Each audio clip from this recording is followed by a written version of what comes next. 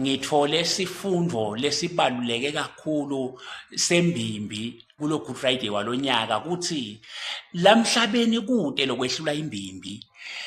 Lapha eBhayibhelini kuthiwa kwakunendvodza kunguSamson eligama lawo. Le ndvodza lena beyingamindi nje ukuthi ingavele ihehle emadvodza la inkulungwane ngemhlathi wembongolo.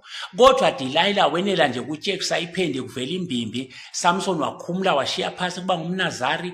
Nguye lo sekahula ipaye enhloko asusa inwele emandla ngoba sekuvele imbimbi. Nga 2020 kuvela sifo i-coronavirus. Abantu bayavalelwa kuthiwa i-lockdown kude lophumako emaphoyisa ehluleka kwathiwa no ngcono silethe emasotsha atawugalela abantu etaladini.